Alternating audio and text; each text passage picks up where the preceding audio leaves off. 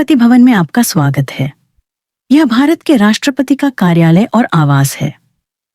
1929 में पूरा हुआ राष्ट्रपति भवन, जिसे वास्तुकार एडविन लुटियंस और उनके सहयोगी हर्बर्ट बेकर ने डिजाइन किया था, दुनिया के सबसे भव्य राष्ट्रपति आवासों में से एक है। कभी यह औपनिवेशिक शक्ति और साम्राज्यवादी प्रभुत्व का प्रतीक था, लेकिन आज यह भारतीय लोकतंत्र, समावेशिता, बहुलता और धर्मनिरपेक्षता का प्रतीक है। यह न केवल विश्व के सबसे बड़े लोकतंत्र के संवैधानिक प्रमुख का निवास स्थान है, बल्कि क्षेत्रफल की दृष्टि से दुनिया के किसी भी राष्ट्राध्यक्ष का सबसे बड़ा आवास भी है।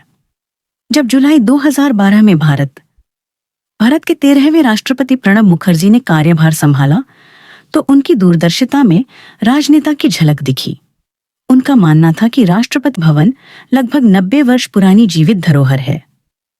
यह आने वाली पीढ़ियों के लिए सुरक्षित और संरक्षित रहना चाहिए। जैसे इस घड़ी मीनार में समय थमा हो, वैसे ही एस्टेट को विशेषज्ञों और एक समर्पित पुनर्स्थापन टीम की आवश्यकता थी। इंटाच, भारतीय राष्ट्रीय कला एवं सांस्कृतिक धरोहर न्यास के विशेषज्ञों ने 6 महीनों में एक रिपोर्ट तैयार की, जिसमें यह बताया गया कि क्या किया जा सकता है, क्या किया जाना चाहिए और क्या नहीं किया जाना चाहिए।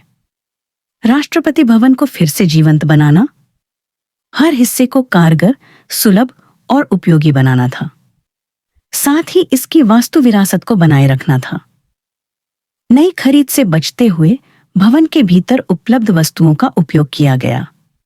राष्ट्रपति का कार्यालय स्टडी कहलाता है।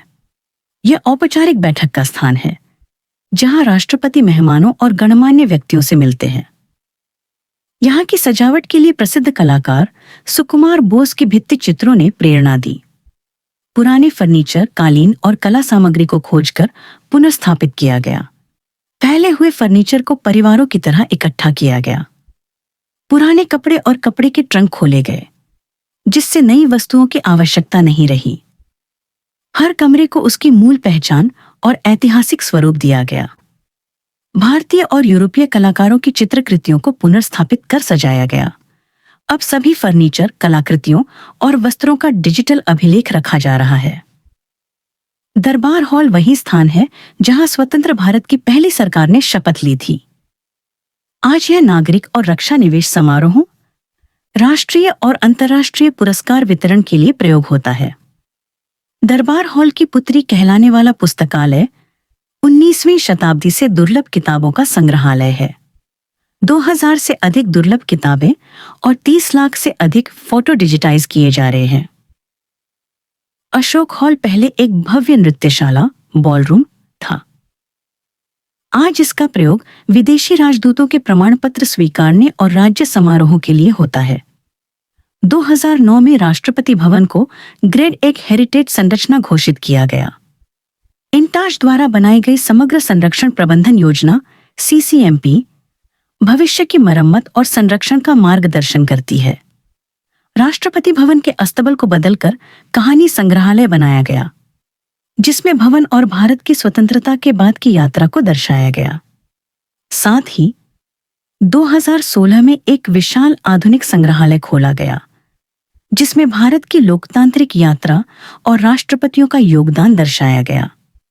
राष्ट्रपति ने स्पष्ट कहा, राष्ट्रपति भवन जनता का है, इसे जनता के लिए खोल देना चाहिए। अब लोग इसे केवल औपनिवेशिक अवशेष नहीं, बल्कि भारत के इतिहास का हिस्सा मानकर देख सकते हैं। राष्ट्रपति भवन में उच्च शिक्षा के क्षेत्र में पहले शुरू हुई विश्वविद्यालयों और IIT के निदेशकों की वार्षिक बैठकें, नवाचार प्रदर्शनियां और इन रेजिडेंस प्रोग्राम, जिसके तहत लेखक, कलाकार, शिक्षक और छात्र यहां रहते और सीखते हैं। 190 एकड़ से अधिक क्षेत्र हरा भरा है, जिसमें मुगल गार्डन, औषधीय, कैक्टस और नक्षत्र उद्यान शामिल हैं। 2015 में शुरू हुए सीवेज ट्रीटमेंट प्लांट से रोजाना 20 लाख लीटर पानी शुद्ध कर बगीचों के लिए उपयोग किया जाता है। सामाजिक पहल के तहत प्ले स्कूल और मिड डे मील योजना कर्मचारियों के बच्चों के लिए चलाई जाती है। स्पर्श केंद्र विशेष बच्चों के लिए देखभाल और शिक्षा उपलब्ध कराता है। संगम पहल के तहत बुजुर्गों के लिए योग, खेल और मनोरंजन की सुविधाएं दी जाती हैं। स्मार्ट एस्टेट के रूप में यहाँ स्मार्ट कक्षाएं और तकनीकी शिक्षा उपलब्ध है। प्रणब मुखर्जी सार्वजनिक पुस्तकालय, आधुनिक स्वास्थ्य केंद्र और खेल सुविधाएं भी बनाई गई हैं। स्पोर्ट्स प्लस पहल के तहत 15 बच्चों को राष्ट्रपति ने गोद लिया और उन्हें खेल प्रशिक्षण दिया। संस्कृति को बढ़ावा देने के लिए इंद्रधनुष कार्यक्रम के तहत हर महीने भारतीय शास्त्रीय संगीत, नृत्य और नाटक प्रस्तुत होते हैं।